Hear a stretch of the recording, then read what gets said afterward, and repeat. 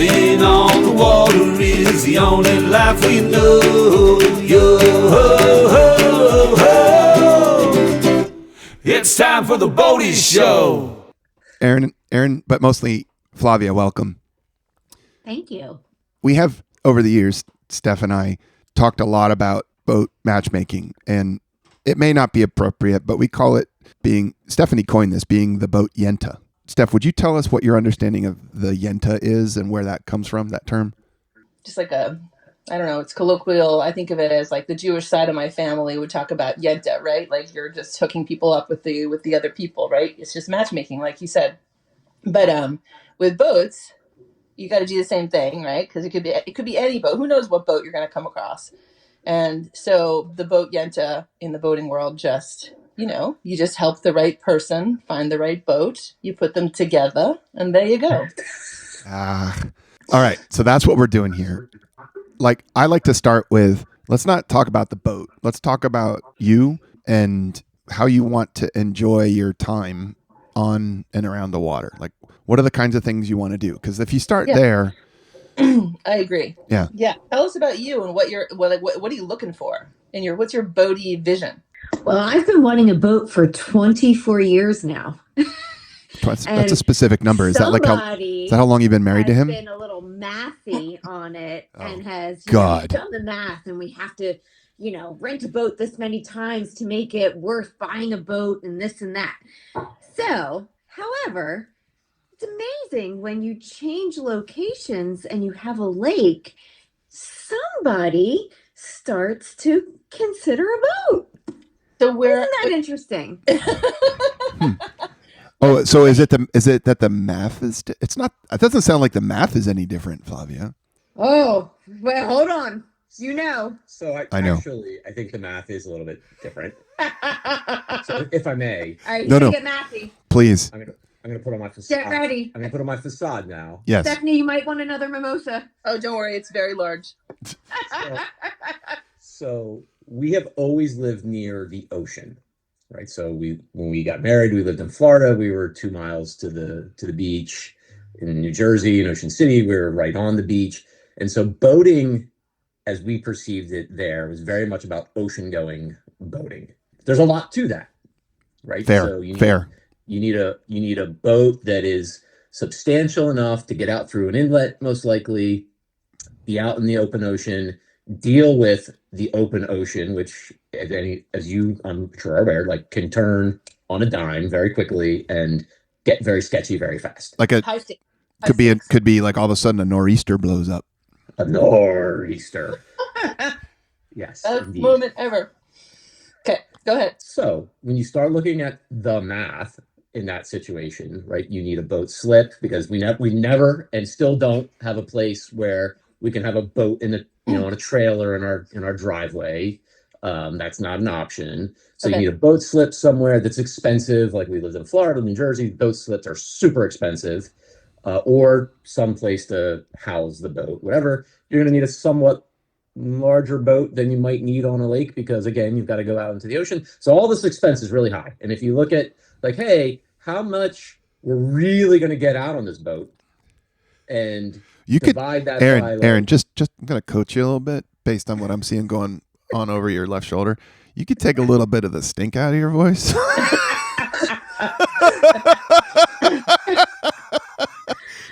She's quite able. Been building for 24 years. See, I've had this discussion many times. So I'll just cut right to the chase. Oh, we can't. The point is, we can't tell it all. Turns out that the amount of times, even if we went out on that boat once a month, it would still be cheaper to just rent the boat each time than it would be to own the boat. And let's not be confused about who's going to take care of the boat, who's going to clean the boat every time. Who's going to team? Who's going to do it together? Yeah. No. Right. By together, Flavia's going to stand on the dock. Oh. And say that looks good. You missed a spot. Oh. And yeah.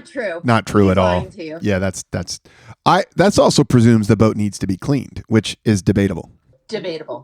But it's salt water. So you do need to do some. Believe me, if the boat needs to be cleaned. I am. Come on. I am like exploring the limits of how little you can do to a boat and still have a boat. And I would say there is some shit you have to do to be fair. Are you finding those limits, Steph? What? Are you finding those limits? Well, I mean, we're always in the process of finding limits. I'm just saying he's not totally wrong. Someone does have to do something. But he's somewhat wrong. Ooh, I like that. Somewhat wrong. I also think there's a lot to be said. Like, I had to clean my boat yesterday. It was not fun. I did it, sort of. This is the first time since I've known you that you've actually cleaned your boat. So that's the second time. I just didn't tell you about it the first time. Believe it or not, I just didn't share it with you. But anyway. I was just looking for somebody to come down and sit on the dock next to me and drink wine with me and like listen to music. I didn't need participation. I just needed like another body to just be there. Like that's. So I'm just saying there's a lot of ways to get that done. Anyway, you keep going.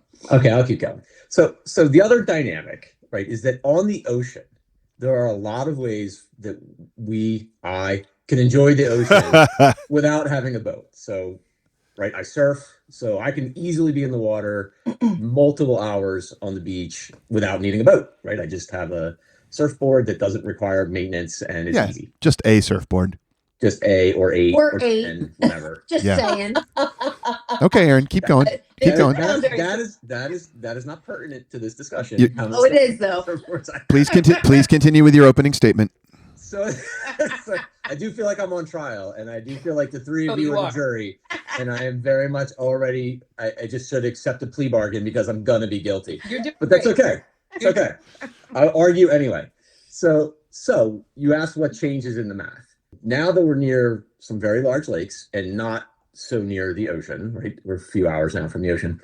I look at a lake and I'm like, well, I can't surf there, at least not in the traditional way. So it's not, I can't just sit at the lake or at the beach for that matter all day for several hours without like pulling my hair out, right? I'd be super board. So I need something to do. This is why we get along. So the boat becomes the obvious thing now of like, we can ski off the back of the boat or wake surf off the back of the boat or something else off the back of the boat. Just drive around and because that's relax and enjoy and have a mimosa with Tank. And we're on the same page, but that's okay. Not everyone's the same. Jeff is the same way as you. Like he needs to be like doing some bullshit all the time. I don't know why, but that's who you are. That's fine. You know what? They don't know how to relax. But you know what you can do is like she can relax on the boat, and you could just be cleaning it if you need to do something. That's actually what idea. I typically clean the boat only when like we're anchored in a bay. Missy and my family want to relax, and I'm like, I'll try that for not very long, and then I'll start cleaning the boat. Okay. Right, so let's finish. Let's get this. I'm tracking so far, and I think actually that this does make sense. Yep. I so far this makes sense to me. Aaron, I'll back you on the ocean thing. It's a whole other deal. The bar is lower now that you're on a lake. So tell us about the lake and the whatever. Yeah, so the lakes here, so there's 3 large lakes in the Clemson area: Lake Hartwell, Lake Kiwi, and Lake Jocassee. Cool. They're all, as far as I know, they're all man-made lakes, but they're huge. They're huge. They support the Duke Energy plant as cooling water. Anyway, but they're very large. Jeff, I think you've seen maps. There's tons of boats out on them pretty much every day. And the few times now that we've been to the lake, the boats are very much not these ocean-going vessels that we're used to seeing. Right, there's a lot of flat-bottom boats, ski boats, pontoon boats. Right, there's just sort of an assortment of different boats out there that look sailboats. A lot less than. Well, do jet skis qualify as boats? Based on your definition in an earlier episode, I would say no. You have to get wet. I think a jet ski is a boat. You have to ride it in a certain way to not get wet. Also, some jet skis and not others. But this is, I feel like this is where it really is a stand-up paddleboard. Another episode. Stand-up paddleboard is not a boat. Your feet are going to get wet. Oh, I disagree. They don't have to get wet. Okay, a stand-up paddleboard is a boat. we have rigid standards here, as you can tell. At any rate, there's a number of different options. Right. There's a lot. There's like the spectrum, like how you get into it has become a lot simpler, cheaper, and more varied in terms of what you want to do. But we also know that, we're inexperienced. We want to do possibly something that would be a beginner boat that we could handle, and not bite off too much the first time. So, Aaron, scoot back a little bit, like physically. There you go. Flavia, lean in. Oh. Flavia, tell us how you're looking to enjoy your time on and around the water. Well, that's the thing. I think so. We're looking for two different things, right? Okay. So I'm looking for more of relaxation, just driving around. I would tube off the back, maybe water ski off the back. Do you have kids? Um, Kids or no? no, No kids, just right? a doggy, just a Awesome. just a Dogs love doggy. boats. So that's mainly what I'm looking for is just a day on the water to just relax and enjoy. Somebody else has to have something different. Well, I heard ski from Aaron also. And Aaron, have you boated on flat water? No, not really. Okay. There's really not. I mean, where we grew up, there's not large lakes. Yeah. So the extent to which you might do flat water would be like kind of on the intercoastal. Do you enjoy picnics? Do I enjoy picnics? Not really. No, Yeah. It's a lot of sitting around. Eating and drinking on a boat. I think you'd enjoy it. Yeah. I mean, I enjoy eating and drinking, Yeah. like Tang mimosas. But Exactly. We're just calling it a Tang Mimosa picnic. But Yeah. can I jump in, Jeff? Because I have a question on these lakes. Is there one specific or you would go to all these lakes, or is there one that you think you would? Lake Hartwell's the Lake closest. Hartwell. Okay, closest. And then the other piece that I heard you say is like having your boat slip on the ocean situation was super expensive. Is that better here? Haven't really investigated that, so I don't But know. probably better. But probably better. And then but you still don't have a place to put it in your yard. I mean, it is South Carolina, so I You could just plop it in the front yard and We're not doing that. Yeah. or not. If you get a Lake Hartwell, is there anywhere you can go, or do you just like boat around and come back to the same place you started, or do you know or not know? Is there anywhere you can go to? So there's several access points that have where you can put your boat in. But I think what Stephanie's getting at is if you go into Lake Hartwell, can you then connect to other locations through that lake? Go to a restaurant? Or go to a restaurant, Yes. right? So yes, Yes. there are some Restaurants on the lake that you could, come in and tie up and that right there, when you have a place to go get a bite to eat and a drink, that immediately that's a half day on the water right there. Yeah. Because you're going to and from, and you may take a scenic route, you may stop and swim. So you're not just driving in a circle. And I've looked at this Lake Hartwell. Like tell us a little bit more about the sort of features of it. There, from the map at least, it looks like there are a whole lot of coves and nooks and crannies. Mm-hmm. Yeah, indeed. It's definitely got tons of nooks and crannies. I jump in, cut me off whenever you want. So it's just kind of like if you were to look at it, it's very elongated. But it's not. I mean, on the map, it might look like it's narrow, but it is fairly wide across. And so there are tons of these nooks and crannies where houses are, where it's kind of a little calmer. Believe it or not, you get some pretty good wind on that lake and have chop. I believe it. Yeah.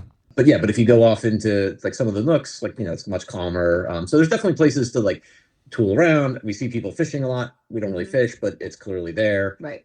See a lot of speedboats. A lot of speedboats. Yeah. Sailboats, speedboats. That's good. Right now. Oh, go ahead, Jeff. No, you go ahead. As I said, right now I think the water's still cold, upper 50s. Yeah, So you're not really seeing people tubing or skiing off the back, but that'll warm up for sure. And then those activities are definitely there. Yeah. Are there places where you could go beach the boat and get out of it and hang out on a chair? Good question. Mm-hmm.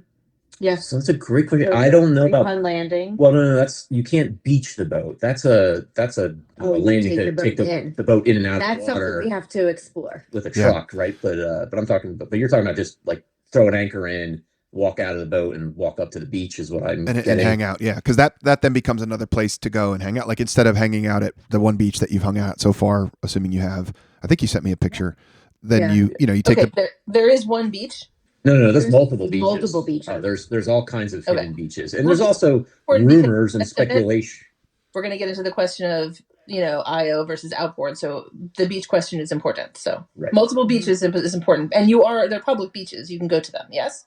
Oh yeah, absolutely. Great. Multiple beaches. There's rumors and speculation of people creating pontoon flotillas out in the water where it becomes a big party. We haven't actually seen this yet, but maybe because we don't have a boat. Or maybe you're going to start it, obviously. Or maybe we're going to start it. I am 1,000,000% guarantee that there are some weekly parties, weekend. I think particularly when Clemson is playing the football, they are all on the lake together. They tie up. They have a TV on the boat, and they party, and they and they watch the game. Yeah, there's everywhere you go, there's a party cove, at least a party cove somewhere where people gather, and that's fun to just be in and around. Like, and you end up, it's sort of like being on the beach, and everybody's kind of happy to be on the beach, and you enjoy that together. Do you guys like to swim? One of us does. Wait, but like, I don't mean like swim laps or something. I just mean like get in the water and float around. Yes. Yeah, I do. Yeah. Okay. But again, kind of like Jeff, like float around, not on. Well, you can do float laps. Go ahead and do your laps across the lake or whatever you guys do. Bring your stand-up paddleboard with you. There's some skill to getting in the water, and the water is like sort of nice. The water's not gross or full of mating alligators. Yeah, this is South Carolina. There are alligators in South Carolina. Have they made it to Lake Hartwell? So fortunately, one of the selling points about these lakes is there are no alligators and no snakes. So Amazing! You're doing better than we are here in the Thousand Islands. We have snakes. And South Carolina's got some like gnarly snakes. I went tubing on a river through some sort of cypress grove in South Carolina, and the local wildlife rangers came like cruising up on this like little like ranger boat with handguns. Somebody was like, "Hey, Joey, like, what are you doing?" And Joey's like, "Yeah, we're shooting snakes." And I learned that that's a thing that they had to do because the snakes would hang out in branches out over these rivers, and then when you'd come floating along, in your tube with your vodka seltzer in a can, then the snakes would get startled and drop out of the branches and like land on you while you're in your inner tube, and you'd have like a water moccasin pissed off, like surprised, scared, and angry in your lap, and then he'd like bite you and then take off. And so the rangers are like driving up the things shooting snakes. I just want to interject here because you know how I can be a very negative person overall. I don't know that, but okay, please. When I'm like bitching about something, inevitably this will happen. I'm going to be bitching about something in my boat. I want someone to remind me, at least there's not a water moccasin dropping out of a tree into your boat. Like, I feel very great. Some of you would be grateful for that every day. Gratitude is important. Okay, go ahead. I think Snakes on a Boat just needs to be a sequel now. It's a Snakes on a Plane. So a snake on my boat. That's a different story. So Lake Hartwell in South Carolina, but not populated by water moccasins and branches hanging over the water. This is what I am told. I have not confirmed. Okay, this is good. Let's get to it. I think I have a good sense of what's going on here. Jeff, do you have enough information for us to get started here with the Yenta'd? Yeah, one more question. Okay. Water skiing sounds like it's a shared interest. Okay. Tubing as well. That means I'm looking for nods. Flavia, yep, looking for nods. Yeah. I've heard wakeboarding also. Aaron, one of us. One of us. Okay. Yeah. Flavia, this also means you're driving. I would love to drive a boat. Yes. It is on my bucket list. I will drive a boat. Good. I am perfectly happy. For the record, before we even get started, I am perfectly happy if Flavia is the only one that drives the boat. It's a good place to start. Okay. That just means more Tang mimosas for me. Heavy on the mimosa. All right. Stephanie's dying laughing. All right. I think we're ready to get started. Wait, I have another question. I just realized this is really important. Or maybe this is the beginning of we're moving into what we're doing next. Like, what do you want it to look like? Like, what lights you up when you see a boat? What boat have you seen and been like, damn, give me that boat? Or even just like characteristics of it. Yeah. Has that happened to you? Have you seen a boat that you fell in love with visually yet? Oh. I have, but I don't know if you have. Well, he has for sure. No, I would just... honestly, I'm just happy to have a boat. Okay. So all right. No, you've been gaslighted to that point though. So let's get you out of that. Math. You've been math lighted. You've been math lighted. So Flavia, we talked on the phone a couple days ago, and you said sparkly. You saw some speedboats going by that were sparkly, and you had no idea that speedboats could be sparkly. Right. Maybe they need a Glastron 18. Anyway, sorry. I'm jumping the gun. Yeah. Okay. So for me, I am very visual when it comes to boats. Both people know this because all I do is like drool over the course of the week. Awesome. So hot. Repeat the words hot and awesome over and over.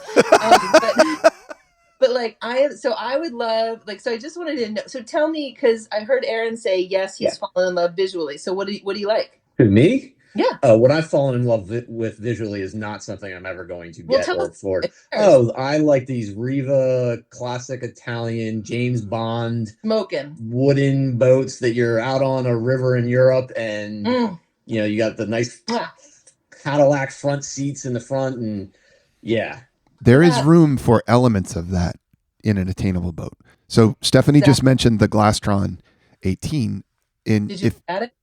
If you watch the James Bond movie, Roger Moore's first 1973 James Bond movie, Live and Let Die, there's a whole mess of Glastron speedboat in that.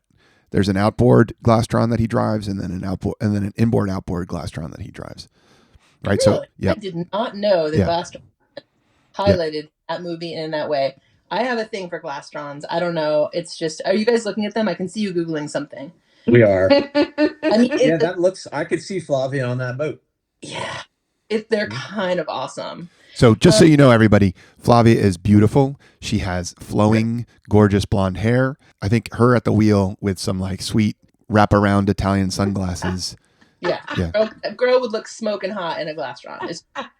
Yeah. And Aaron, you just went to the right place, which is my wife would look hot in that boat. Or no, that my wife would make that boat hotter. My wife would look amazing driving me around in that boat. Now, let me ask you a question. She stuck around for 20-some years for some reason. So. He was waiting for a Glastron, obviously.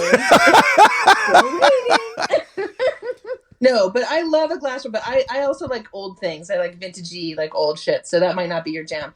But Glastrons, like Jeff, they have like you could definitely ski behind it, right? Yeah.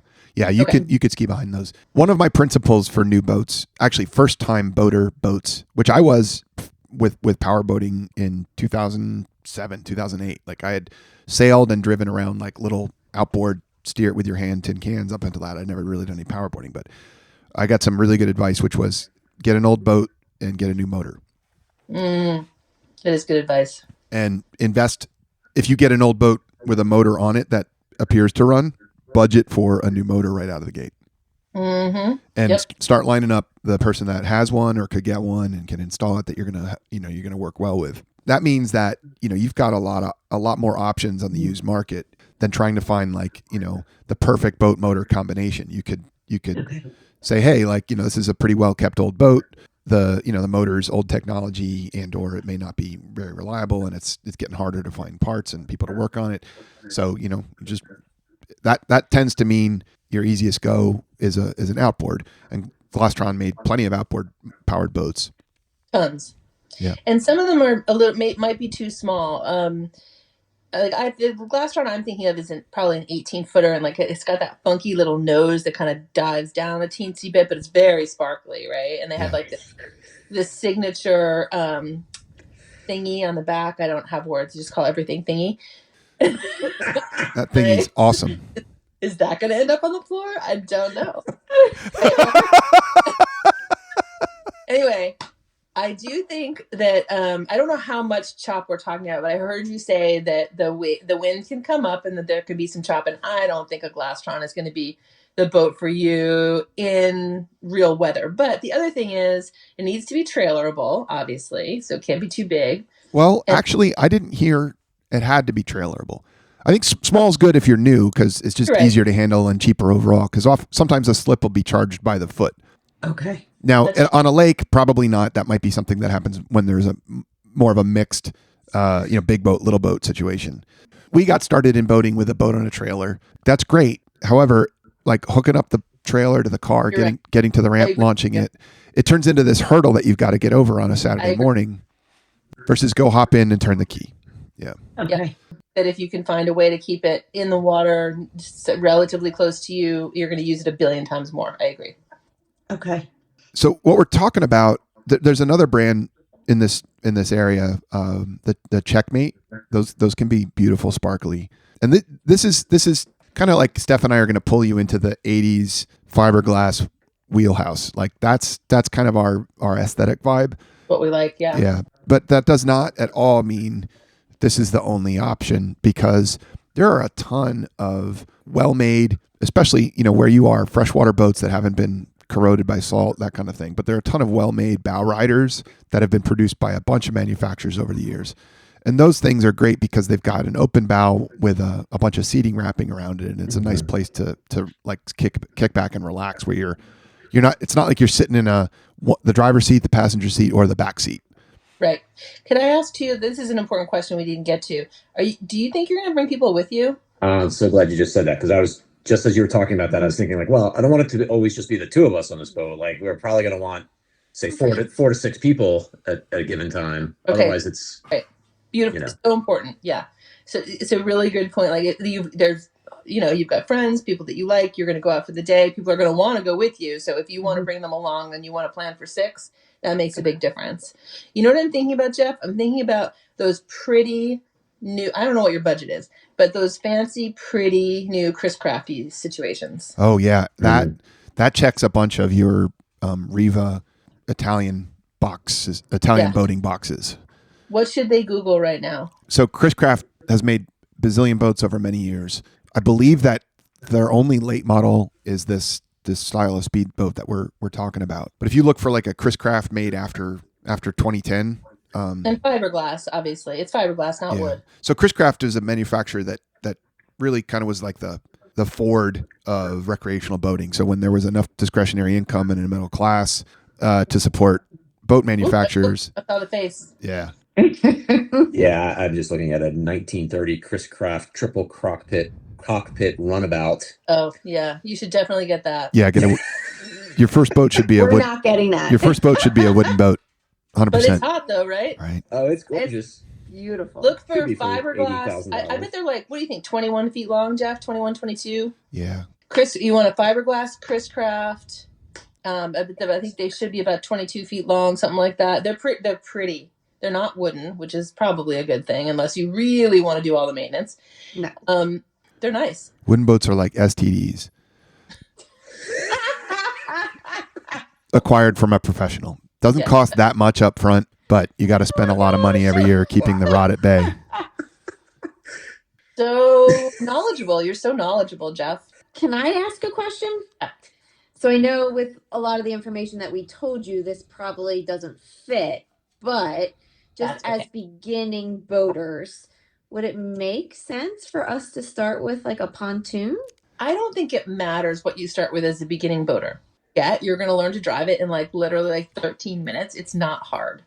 So it doesn't matter. But a pontoon is a great choice. A pontoon is just a platform for fun. So there's nothing wrong with a pontoon except that you guys want to ski and you probably can't ski behind a pontoon, but you never know. So you can ski behind a pontoon boat that's been set up with the right motor and pontoon combination. You could ski in tube. You're not going to be like ripping like amazing slalom turns on it, but you're going to get up. You're going to get up on 1 or 2 skis. You're going to cruise along back there. You're going to tube. You definitely tube back there. You're going to have tons of shade. You've got couches galore. Yep. I think and like you're looking at everybody else's boat, so it doesn't really matter what your boat looks like. I think the pontoon boat is one of the most amazing, basically, developments in the boating world, because for families, for people with dogs, for people with friends like you have, well, like Flavia has. That was great. Because you guys really like each other. It's great. The audience can't see, but I just pulled that knife out of my back. Yeah. I'll send that back to you. Part of the reason why Aaron's so bummed that Flavia is still in Jersey is that he's lonely.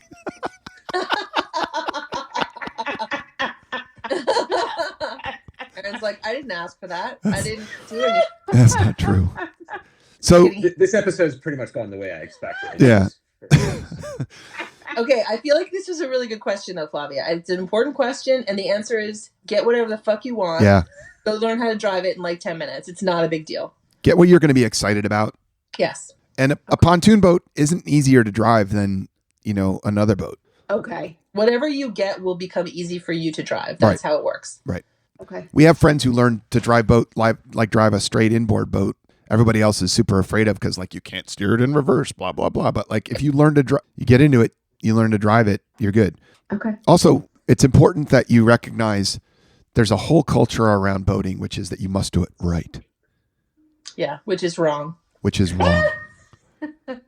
You must you do whatever you want. You must dock the boat well. Right. And you have to put the bumpers in when you're driving it around. Yes, the bumpers can't be. Let's call them fenders. Fenders. Sorry. Patrick Murphy said we have to call them fenders, and we must take them in. They can't hang off the side, or else we're doing it wrong. Right. So, and you have to like tie it up a certain way Yes. and whatever. Ironically, we saw a boat tooling around on the lake the other day that had its fenders hanging off the side. And I looked at Flavia and said, aren't they supposed to pull those in when they're boating around? They're supposed to. Maybe maybe they're coming into dock. That was nice of you, Flavia. You gave those people an out. I tried. Yeah. The answer is, who the hell cares? Do whatever you want. Yeah. Letting go of all of that is really important. And then, there's right and wrong ways to do things. Like on the road, you don't want to drive on the wrong side of the road, but as long as you're on the right side of the road, who cares? Okay, fair enough. This is definitely getting edited. Yeah. Also, you don't care if you crash into the car in front of you. Yeah. Like you don't want to be regardless of what side of the road it's on. You don't want to be. That's why you're in a boat. Is there's no lines and there's none of that applies. I'm just saying. At the end of the day, what I want new boaters to know is that it's a lot easier than you think. It's so much easier. I don't know what how this developed, this sort of like right way, wrong way, you must, and like if you don't, then you're judged, and you don't want to be judged. Like fuck that, I grew up sort of with a lot of those pressures, but also my wife and I were new to powerboating. When she got into it, like she went out and learned to dock it by any means necessary, and so like you're fine, like whatever. And just for reference, I grew up on an island with a divorced mom and a sister, and nobody had rules. Like no one knew what they were doing, and no one there were no dudes around to be like, you should blah blah the blah blah, which is why I call it blah blah. I don't even know what it is. We didn't nobody cared. Like we were legit. We were living on this island. Didn't go anywhere on the river except back and forth to get groceries. I think we ate yogurt for a month. There was no, we were so, I was brought up with no idea about anything about boats. I have a memory of my uncle coming over randomly, we had a whaler. My uncle came over and he was on the dock and he was pointing out things that we weren't doing right. And he was like, there's some loose screws. You should really screw those. Blah. I don't even know what he was talking about. But it was. I just remember we didn't even have the shelves to put that information on. I remember me. Do you know what I mean? We literally not only did we not care about it, it wasn't even possible for you to.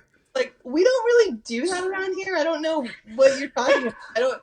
What's the screw and why would we do that? The boat is floating. I don't understand why. We just completely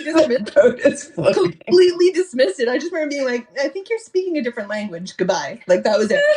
So, okay, again, I'm not saying this is how you should be. I'm just saying that that's how I was raised. So Jeff and I have different boating backgrounds. And Stephanie is the most accomplished boater I know. Right. So she can be raised on some sort of Wonder Woman island, sounds like. Right? Bunch of sister and there were a lot of names for our island. There's all these stories going back about Stephanie and her sister, beautiful women, and mother, beautiful woman, and they would have all of their girlfriends over and they'd be running around this island, maybe clothed or not, and literally I was at a party with Stephanie and this guy's old friend was like, I have something I need to confess to you. And he was he got really kind of serious and uncomfortable. And Stephanie's like, oh, really? Again, she loves uncomfortable situations. So she was leaning in. And I saw this coming. And he said, yeah, my grandfather used to take us fishing, and he would always take us fishing next to your island. And it was before I met you. And he took us there and would tell us that there were going to be beautiful naked women on the shore. And my brothers and I were we were kind of embarrassed, but also it was kind of exciting. They were 12. They were 12. Beautiful naked women. Stephanie, the origin story. on one. This is true, and I'm gonna fully own it. We definitely were not mostly clothed, and we had. And we also were we were so clueless because again we didn't go anywhere. We didn't know TI Park existed, and it's literally 1/16 of a mile from our island. And so we just didn't know anybody else was out there, and it's just in retrospect it's hilarious that and And You know? as teenagers, they'd like hope that like boys would stop by. I was, Jeff told me to come up to think of content for this week, and I was gonna reverse the question of somebody that you met because of boats, because it's true, we used to get in the boat. We were so bored. We didn't know anybody. We knew no one, not one person in the Thousand Islands. We didn't leave the They were on one of the 1,000 islands alone. one. Didn't know anyone on any other islands. We used to go out in the boat and just flag down boats full of boys. Just like the Where did you think sirens. those boats went after they left your island. The sirens aren't that like the Homer Odyssey thing, right? You know, the mermaid siren people. literally, like, we're so bored. Like, we don't have any drugs yet. It'll be like at least a year and a half before we find those. So, we've been hanging upside down because we're so bored. Oh my God, I forgot about that. You guys used to hang upside down so all the blood would rush to your head and then stand up.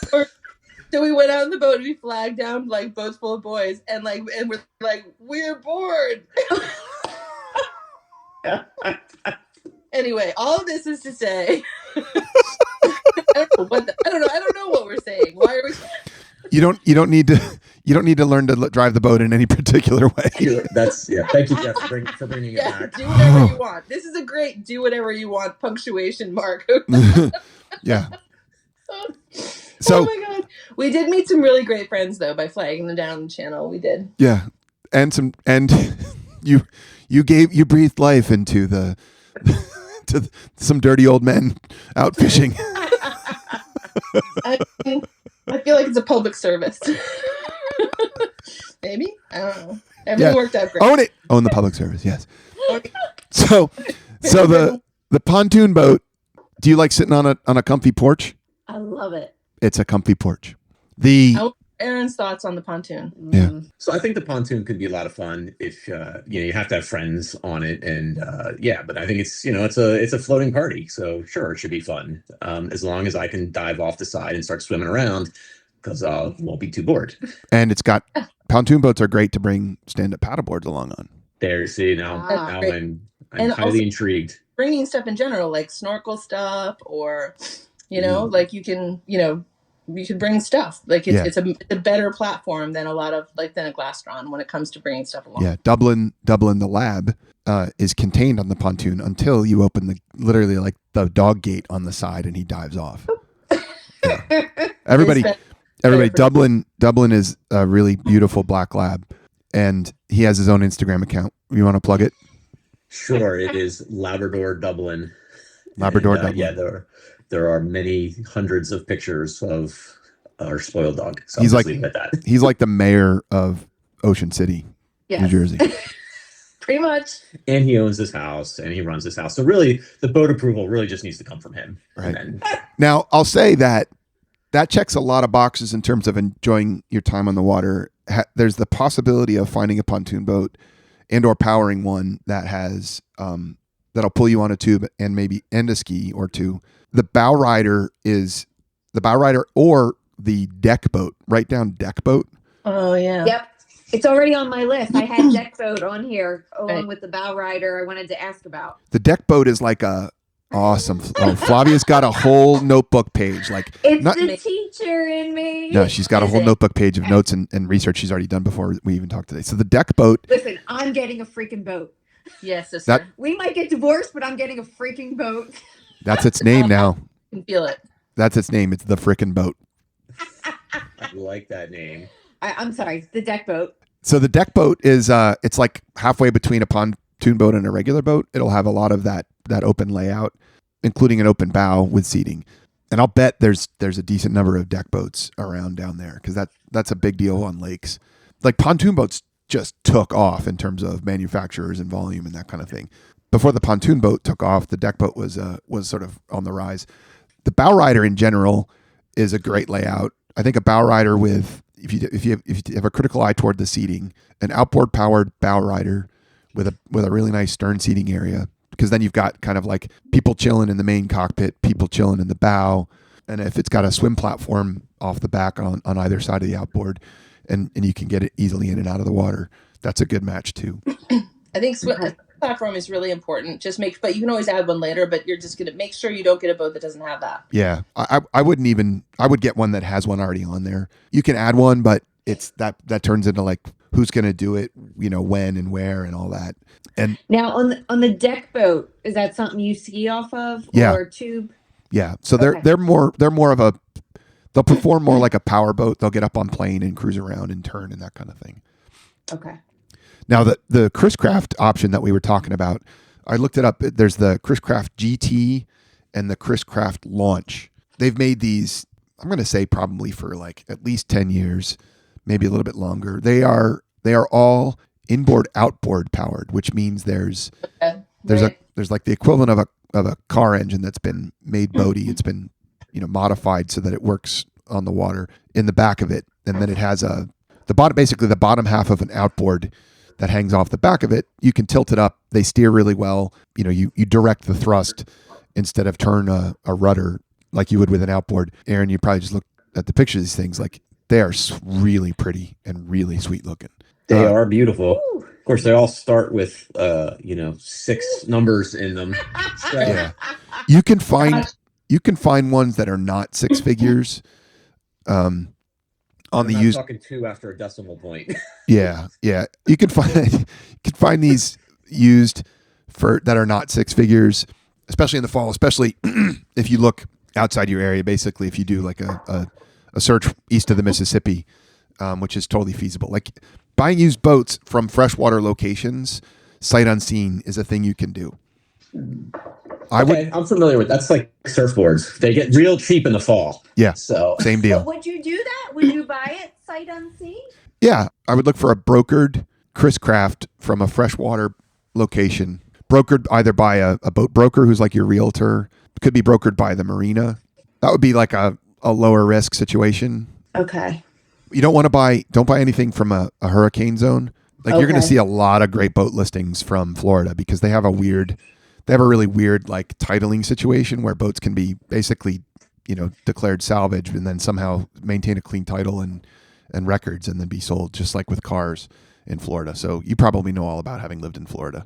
Yeah, very familiar with Florida hurricanes and cars that were only underwater for a little while. Oh, wow. Yeah. Not something I've thought about before. And another thing to consider when you're buying a boat like this is, even before you start looking for an individual boat, go talk to some of the marine service places around. If, let's say you find 5, you go visit 3 and say, hey, like, we're looking to buy a boat, not today, but like, we know that being able to take it someplace to get serviced is important, and having somebody who can, store it for us over the winter, just be responsive and that kind of thing. Like, what could you tell us about your business?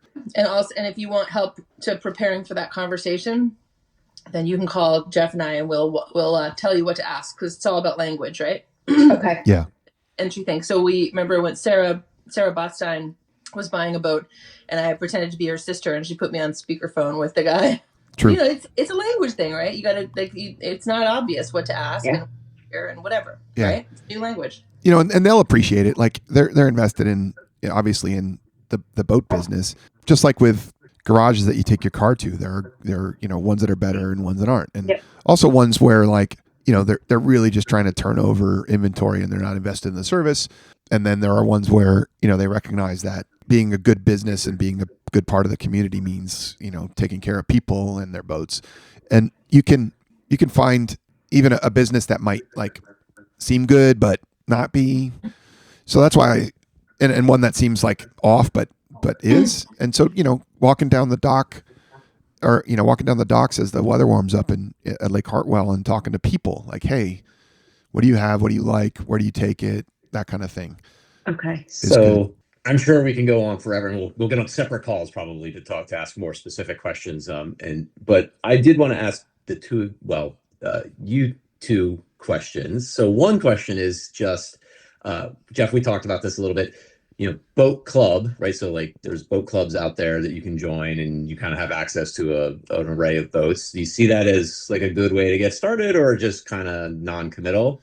And then second question, how did you know when you bought your first boat? Like, how did you look and say, oh yeah, I'm getting that boat? Stephanie, you go first. We don't have those here, but I would definitely join one. Now, the reason that I don't love the idea for you is that the last thing you want is to learn how to drive 4 different boats if you haven't boated before. Mm-hmm. I want you to get in something and feel confident. Every single time you get in it, it's going to be easier and easier. So that's the only thing I would say. But you might be able to do that with the boat club. I don't know anything about them. Go ahead, Flavia. Would it make sense just from a standpoint of like trying different boats to actually see what we like best? How do you know anything about it? Like, do you have to join for a year? What do you have to do? So there's all different types of memberships. So we've been holding off on going to there to join because we're on the fence about it. But I don't know, just from 2 people who may not know exactly what they want at this stage, I thought maybe the experience of getting on a pontoon boat, getting on, other types of boats might help us guide us in the right decision. I love that idea. The only thing that's holding me back is something that Jeff and I have talked about a bunch. I don't know if you're thinking the same thing. One of the barriers to getting comfortable and loving boating is the idea that you can't hurt it.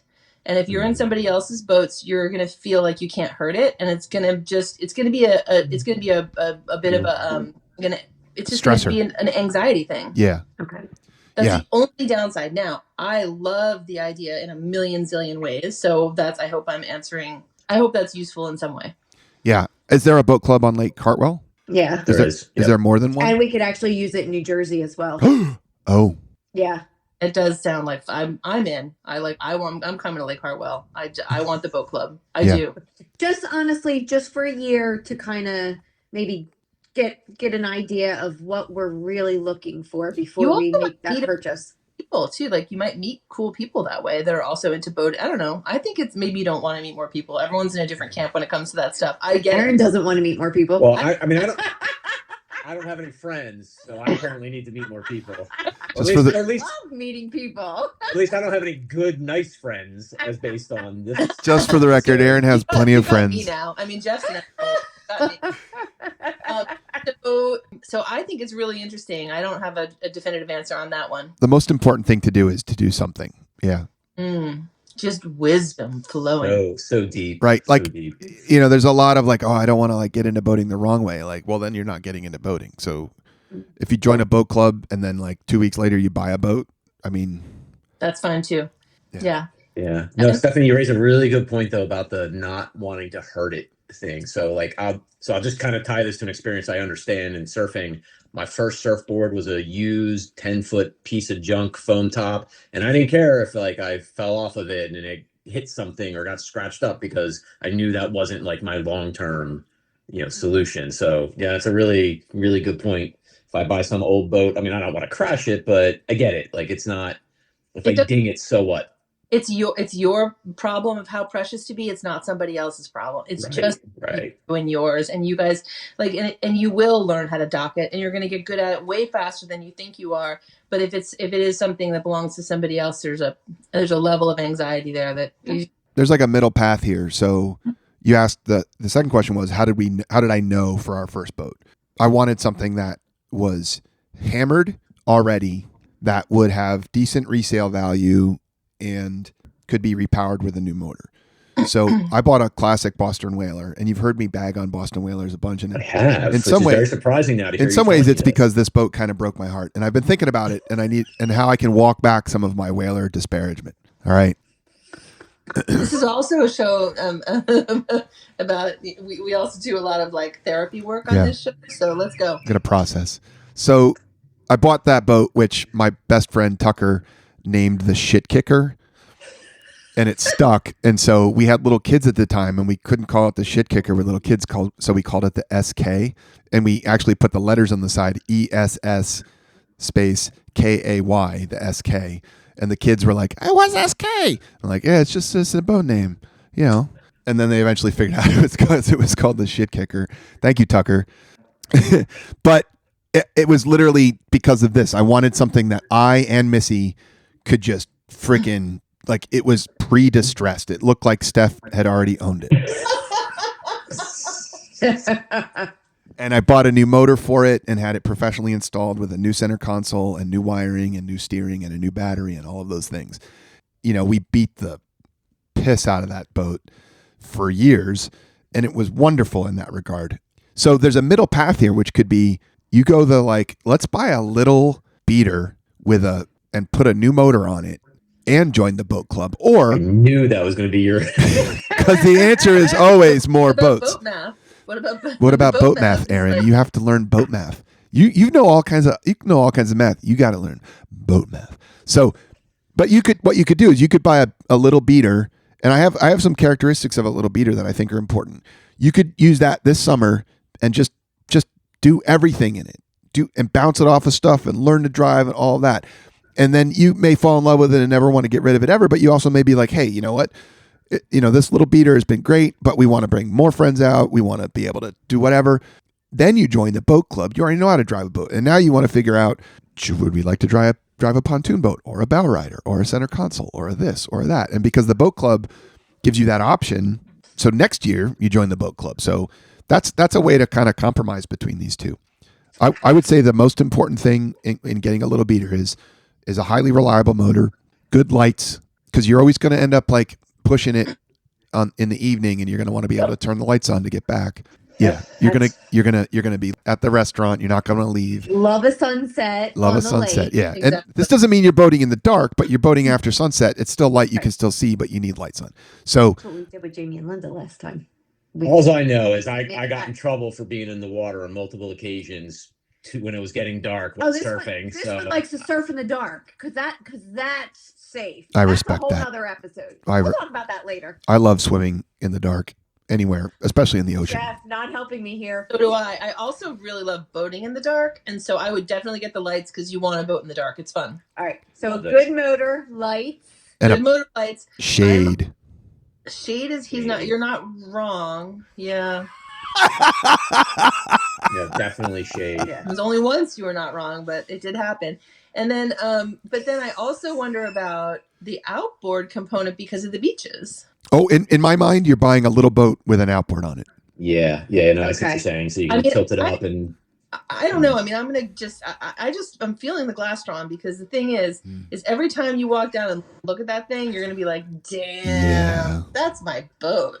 And maybe you join the boat club at the like once a week level, so you can take a bigger boat out Right. with friends. See, now you're picking up on the boat math. I'm gonna just Google. Boat math. I love that.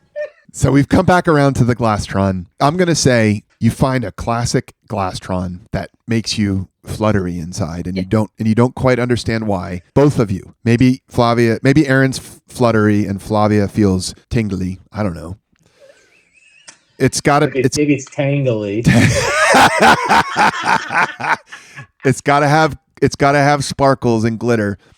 You repower it right out of the gate, and then you've got something to just go learn in. You get it small. You don't worry about like the chop or the waves because you'll figure out what its limits are and what your limits are. You have a good time in that. You take a couple of friends out here and there. It's not so much about going out anchoring and chilling with other people. It's definitely that for you two, but with other people maybe here and there. But you grab friends. You go to the lake. You buzz across the lake and grab dinner or lunch, and then you come back. You go to the beach. And Sounds like a perfect day to me. yeah. And then you go up from there. I mean, I think With mimosas and Tang. The tang is delicious. I'm just eating it straight at this point. is that Tang? Never mind. Okay, I also want to say that I'm having like this weird like 80s there's like an 80s movie about like when you try to fix up the girl who's not cute and you're like trying to hook her up with somebody and then you end up falling in love with her anyway. I don't know what movie it is, but you get the concept, right? Because I'm looking at the Glastrons and I've now Yenta'd myself into the fact that I need a Glastron. Like I'm now I'm looking at the Glastron and I'm like, oh shit, I should get a Glastron. Like, what? Look at that. Why are they so amazing? I want all of them. Me Like too. they look vintage though, not the new ones. Like the old ones with a new motor. Outboard. This is me also. Sorry. Yeah. Sorry. Outboard Glastron. I would put a little bimini on it so you can get some shade. Stephanie doesn't Okay. believe in shade or sunscreen. No. Neither does Flavia. So I feel you, they're Stephanie. two peas in a tang pod here. So. As we like to say, when you're right, you're right. I like that the outcome of us trying to help help Aaron and Flavia, or mostly Flavia, get a boat that Aaron will enjoy. Also, is that Stephanie's going to buy another boat. I'm definitely buying. I mean, what? Oh, look at them! I can't. And they're gonna be cheap. Man. They're gonna be cheap. Like the boat math on the Glastron is gonna be great. Yeah. Because you're gonna get a good engine and there's like a bazillion old Glastron hulls out there, and it's gonna be sparkly and it's gonna be smoking hot. I think you're gonna have a lot of fun. So when I bought that whaler, I actually found the place that would repower it before I even bought the boat. Okay. I'm like, hey, I'm looking to repower. I've got this range of boat that I'm going to get, which means I need this range of horsepower. Do you carry those? What do you have? And it was a referral. Like I talked to somebody who said, yeah, this place does good service. They'll install. And I said, would you also put in the steering and rerun all the wiring? And the wiring is like, it's like 4 wires, 2 to the front, 2 to the back kind of thing. This is not car rewiring. It's no harness or anything like that. And then they were like, yeah, sure. And they asked me a couple more questions about what I wanted. And then I showed up with the beat hull. They tore the old center console out of it. They took the motor off and disposed of it. And then they just, stuck the new one on and got it all set up. Sounds like a path. Sounds like a plan. You guys Sounds like Flavia won. Amazing job. You're doing such a great job. You are. Yeah. We thank you both so much for spending time with us and for helping us. And I'm sure I'm going to have 1,000 more questions for you, but yeah, hit us up. I'm getting a boat. Hit us up. It's so much fun. And again, there's no wrong answer here. There's no wrong answer. It's true. It's Yeah. going to be great.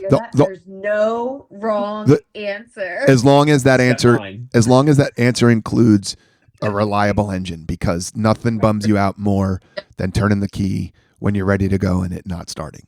Or stalling when and did you charge your battery? Yeah. See, I listen. God, it's true. I know. I charged my battery. Jeff had to walk me through charging my battery yesterday, and I did it. I'm really proud of myself. Thank you, Jeff. You're welcome. See? You're welcome.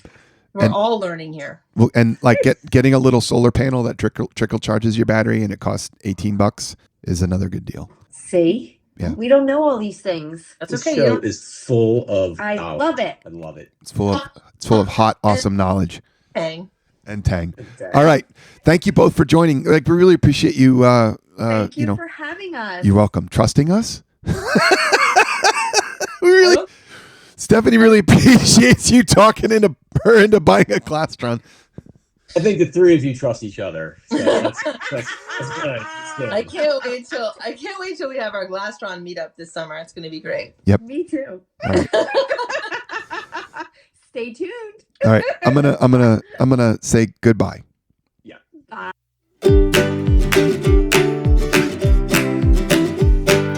Yo ho ho, that's it for the boating show. Pack the cooler, grab the lines, let's go, go, go.